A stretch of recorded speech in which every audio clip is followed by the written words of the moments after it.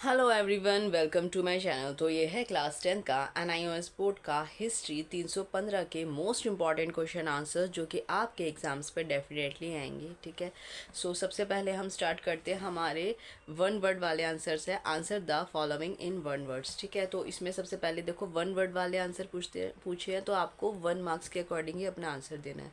ठीक है, then secondly आपका ये भी स्टार्ट हो गया वन वर्ड वाले आंसर। अब इसमें दो आंसर्स बन रहे हैं। ठीक है, फर्स्ट और सेकंड। ठीक है, फर्स्ट और सेकंड। तो आपको ऑप्शंस है, या तो आप अपना आंसर ये वाला देंगे या तो आप अपना आंसर ये देंगे। ठीक है, देन नेक्स्ट आपका स्टार्ट हो गया है 2 मार्क्स का आंसर। ठीक है, describe the main point of the argument between the Mughals and Bijapur during Shah Jahan region. ठीक है, तो आपको इसमें क्या करना है, डिफरेंस बताना है, आर्ग्यूमेंट्स बताने हैं। ठीक है, तो सबसे पहले हम इसको ऐसे एक्सप्लेन करेंगे कि during Shah Jahan region the Mughals and Bijapur made an agreement that mainly included this points. ठीक है, दिस पॉइंट्स। फिर अब ये जो हमने फर्स्ट पॉइंट लिखा है जैसे सेटलमेंट वाला है, तो इसको ऐसे हाईलाइट कर देना आप लोग। ठीक है, हाईलाइट करोगे तो क्या होगा, एग्जामिनर अच्छे से इसको देख लेगा और आपको फुल मार्क्स दे देगा। देन सेकेंडली भी देखो पीस एग्रीमेंट, इसको भी आप हाईलाइट कर दोगे या तो आप ब्लैक पेन से अपना ऐसे हेडलाइंस लिख सकते हैं, तो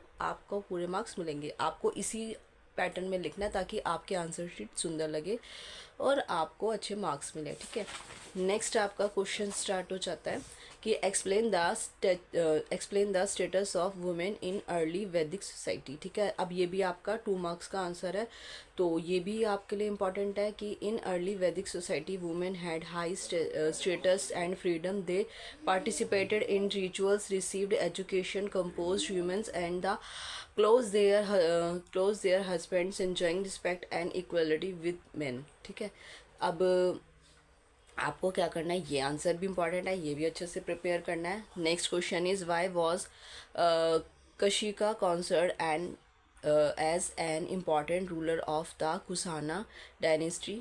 एक्सप्लेन। ठीक है, आपको एक्सप्लेन करना है, तो इसको भी आप 2 मार्क्स में एक्सप्लेन करेंगे। ठीक है, क्या करेंगे, because he expanded the empire to its greatest instant and promoted Buddhism by organising the fourth Buddhist council and supporting art culture and learning. ठीक है, नेक्स्ट आपका क्वेश्चन आ जाता है, explain the 4 features of the charter act of 1813। ठीक है, तो ये आपको ऐसे कितने मार्क्स का आएगा, ये आपका आएगा 2 मार्क्स का क्वेश्चन। तो आपको 2 मार्क्स के अकॉर्डिंग इसका आंसर लिखना है। अगर आप चाहते हैं तो आप स्क्रीनशॉट भी ले सकते हैं। नेक्स्ट आपका क्वेश्चन आ जाता है, देखो ये फिल इन द ब्लैंक्स है, ये आप फिल कर लेना। ठीक है, नहीं तो मैं नेक्स्ट वीडियो में इसको फिल कर दूंगी। नेक्स्ट आपका क्वेश्चन आ जाता है 40। ठीक है, अब ये देखो यहाँ पर मैंने सारे लिखे हुए हैं 37। ठीक है, 37 के बाद आ गया आपका 30। ये भी देखो 37 है, ये भी 37 है, तो ये क्या है, चॉइसेस है, लेकिन मैंने चॉइसेस को भी सॉल्व किया है। ये क्वेश्चन आ गया आपका 38। ठीक है, अब ये आपका आ गया 39, ये मैं आपको सॉल्व करके दूंगी नेक्स्ट वीडियो में। ठीक है, 39 ये एक अलग से फिल इन द ब्लैंक्स और ट्रू फॉल्स की वीडियो आएगी, उसमें आप देख लेना। अब ये आ गया आपका 40। ठीक है, 40 नंबर क्वेश्चन आ गया। अब ये 40 नंबर क्वेश्चन भी आपका कितने मार्क्स का है, 2 मार्क्स का है, तो उसके 2 मार्क्स के अकॉर्डिंग ये आपको अपना आंसर देना है।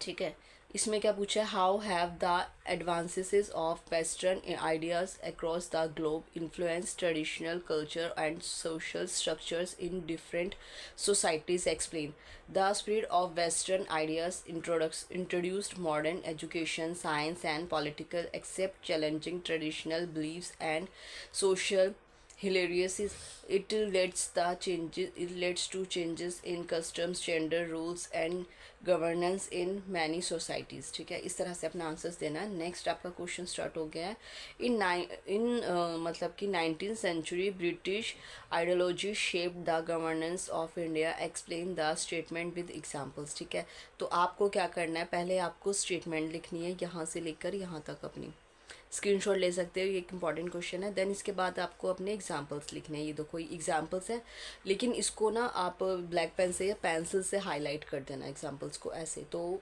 एग्जामिनर को अच्छे से दिख जाएगा और आपको फुल मार्क्स मिल जाएंगे।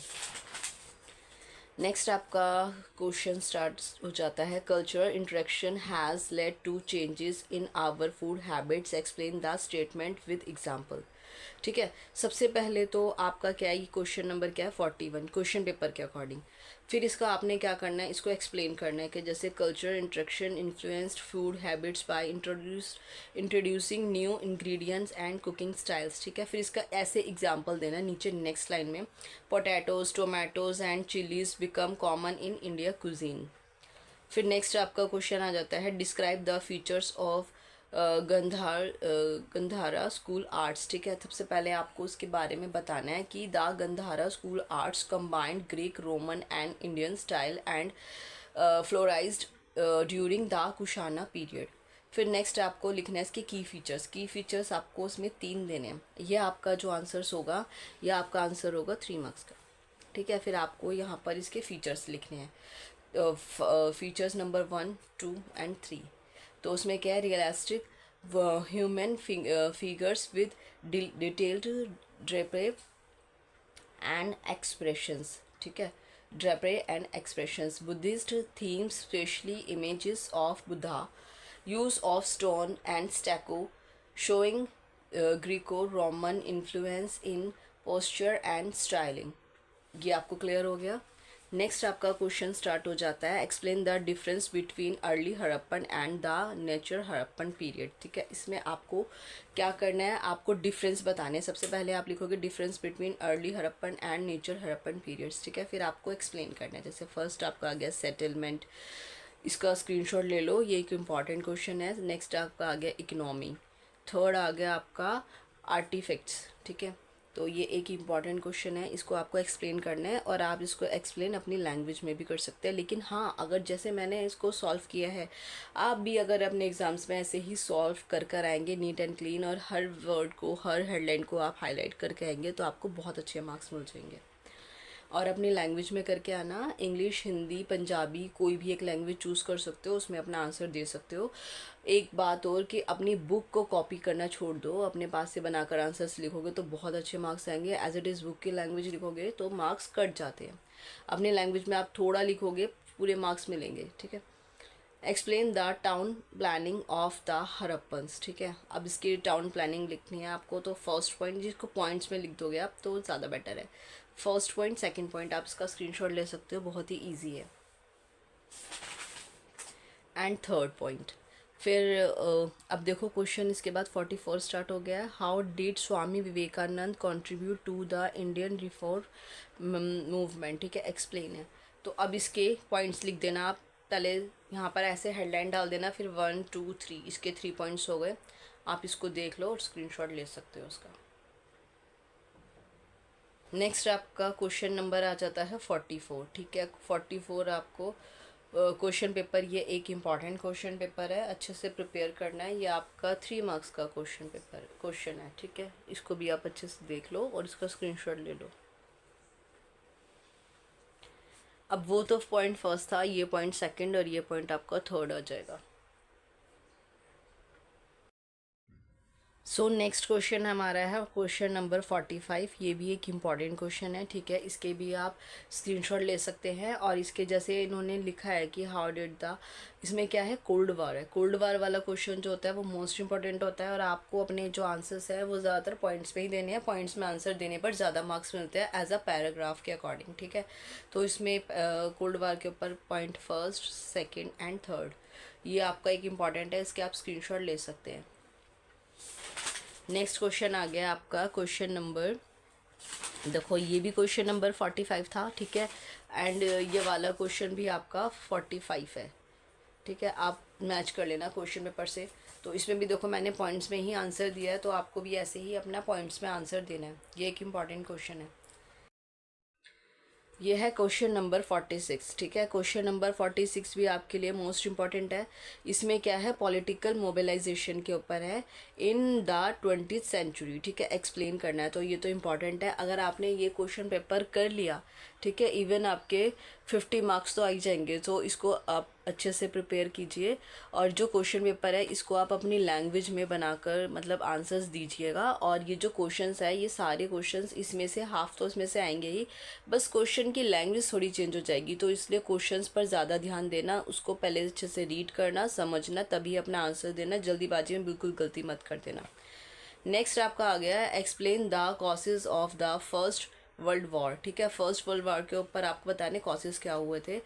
तो ये आपके 3 पॉइंट्स आ जाएंगे, इसको अच्छे से एक्सप्लेन करने हैं और ये भी आपके लिए मोस्ट इम्पॉर्टेंट क्वेश्चन है, ठीक है। अच्छे से प्रिपेयर कर लो उसको। नेक्स्ट क्वेश्चन आ जाता है आपका, explain the role of revolutionaries of Punjab and Bengal in the freedom struggle of India. Question number 48, 5 marks का आंसर है ये, ठीक है। तो इसको आप अच्छे से प्रिपेयर करो, स्क्रीनशॉट भी ले सकते हो उसका आप और इसको रीड कर सकते हो, ठीक है। अब कई बच्चों के मेरे पास ना कमेंट्स आते हैं कि मैम पीडीएफ सेंड कर दो, तो सॉरी, मैं आपको बार बार बता चुकी हूँ कि मैं पीडीएफ नहीं सेंड कर सकती, आपको ऐसे ही करना पड़ेगा। अपने प्रिपरेशन आप स्क्रीनशॉट ले सकते हो, आप वीडियो को अच्छे से देख सकते हो, ठीक है। और आपको फिर भी कोई कन्फ्यूजन है तो आप कमेंट कर सकते हो। नेक्स्ट आपका क्वेश्चन आता है 48, explain the expansion of the revolutionary movement beyond the shores of India, ठीक है। अब इसमें भी देखो पॉइंट्स है, मैंने जिस तरह से आंसर दिया आप भी इस तरह से अपना आंसर्स दीजिए। अगर आपको इसके हिंदी मीडियम के आंसर्स चाहिए, हिंदी मीडियम के, ये तो इंग्लिश मीडियम है, ठीक है ना। अगर आपको हिंदी मीडियम के भी आंसर्स चाहिए तो आप कमेंट कर सकते हैं, मैं वो भी अपलोड कर दूँगी हिंदी मीडियम वालों के लिए। और सॉरी, मैं पीडीएफ के लिए बार बार बोल रही हूँ कि मैं पीडीएफ शेयर नहीं कर सकती। अगर आपको करना है तो आपको ऐसे ही करना होगा। Explain the similarities in the teaching of भक्ति संस इज नॉर्थ इंडिया, ठीक है। अब इसमें क्या आ जाता है, फर्स्ट आपको यही वाली लाइन को कॉपी करके लिखना है, फिर नेक्स्ट आ जाएगा बिलीव इन वन गॉड, ठीक है, एक भगवान में विश्वास करना, इसको एक्सप्लेन कर देना। अपोजिशन इन कास्ट सिस्टम, इसको भी एक्सप्लेन कर देना। ये 5 मार्क्स का आंसर आ गया आपका, है आंसर नंबर 49। फिर आ गया इंपॉर्टेंस ऑफ भक्ति डेवोशन, ठीक है, ये भी आप एक्सप्लेन कर देना। यूज़ ऑफ लोकल लैंग्वेजेस, एक बार देख लो, ये इंपॉर्टेंट क्वेश्चन है, लास्ट टू लास्ट ईयर भी आया था, 2024-23 में भी आया था, अब 2025 अप्रैल में भी यही आया है, ठीक है। एंड लास्ट पॉइंट है यूनिटी ऑफ रिलीजियन, ये एक इम्पॉर्टेंट क्वेश्चन है, अच्छे से देख लो। देन नेक्स्ट आपका आ गया 49 क्या है, the teaching and philosophical of Guru Nanak ji from an importance part of India philosophical thought, explain the statement, ठीक है। ये आपका 5 मार्क्स का आएगा, क्वेश्चन नंबर 49। अब इसको देखो, इसको भी ऐसे ही करना है, आपको पॉइंट्स में करना है। सबसे पहले आप teaching and philosophy of Guru Nanak जी लिख देंगे, बिलीव इन वन गॉड, ठीक है। Quality of all, equality of all, importance of honest living, ये इनके सारे मतलब ना थॉट्स आएंगे, सारे आपको अच्छे से करने हैं। तो ये जैसे जैसे मेन हेडलाइंस है ना, आप इसको कर लोगे ना, इसी के भी मार्क्स मिल जाएंगे बहुत अच्छे। कंडेमनेशन ऑफ रिचुअल्स, ठीक है, condemnation of rituals, universal brotherhood, ठीक है। आप इसका स्क्रीनशॉट ले लो, अच्छा इंपॉर्टेंट क्वेश्चन है ये। नेक्स्ट आपका आ जाता है क्वेश्चन नंबर, ये भी आपका 49 ही होगा क्योंकि जो चॉइसेस है मैंने दोनों को सॉल्व किया, ये भी आपको पॉइंट्स में लिखना है, तो उसके भी फटाफट से आप स्क्रीनशॉट ले लो क्योंकि आपके पास टाइम बिल्कुल भी नहीं है। तो अभी भी थोड़ा बहुत टाइम जो बचा उसमें आप अपने आंसर्स कर लो, ठीक है। नेक्स्ट आपका आ जाता है क्वेश्चन, किस में आता है, culture is shaped through a process of interaction, ये भी इंपॉर्टेंट क्वेश्चन है, इसका भी आप ले लो। ऐसे ऐसे मेन पॉइंट्स पढ़ लो आप, जैसे कि exchange of ideas, influence of other cultures, learning the socialisation, blending of traditions और कंटिन्यूस चेंजेस, ठीक है। तो इसका भी स्क्रीनशॉट ले लो, ये भी एक इम्पॉर्टेंट क्वेश्चन है। अब ये देखो, ये आ गया है आपके वन वर्ड वाले आंसर। सबसे पहले मैं बता दूँ, उसमें 50 क्वेश्चंस होते हैं आपके हिस्ट्री के एग्जाम्स में, जिसमें 20 तो MCQs होते हैं, ठीक है, और फिर फिल इन द ब्लैंक्स भी होते हैं, राइट रॉन्ग भी आते हैं इसके अंदर, हिस्ट्री के अंदर, और इसमें वन वर्ड वाले क्वेश्चन आंसर्स भी आते हैं। तो फिल इन द ब्लैंक्स और MCQ की और राइट रॉन्ग की मैं एक अलग से वीडियो अपलोड कर दूंगी। ये फिलहाल आपके 2, 3, 4, 5 मार्क्स के क्वेश्चन आंसर्स थे और इसमें टोटल 50 होते हैं। 51 क्वेश्चन जो होता है वो आपका होता है मैप का, ठीक है। मैप भी आता है, तो लास्ट ईयर भी मैप आया था। मैप आप अच्छे से एक बार प्रिपेयर कर लेना। अभी आपके आंसर हो जाते हैं 1 वर्ड वाले, 1 मार्क्स वाले, तो इसको एक बार अच्छे से आप रीड कर लो। इसमें बताना है name the highest peak of Eastern Ghat, कौन सा है? Jindhagada peak. What is the east-west extension of India in kilometer? 2,933 kilometers. Till what age can a High Court judge remain in his past 62 years? What is the minimum age of a member of the Legislative Council in India? 30 years. Who acts as a link between the President of the Cabinet in India, Prime Minister? On whose advice does the president appoint in members of the council of minister in India? Prime Minister। ठीक है, तो I hope आपको ये question paper समझ आ गया होगा। अगर आपको इसका हिंदी मीडियम चाहिए तो जल्दी से कमेंट कीजिए, मिलते हैं नेक्स्ट वीडियो में। Bye bye.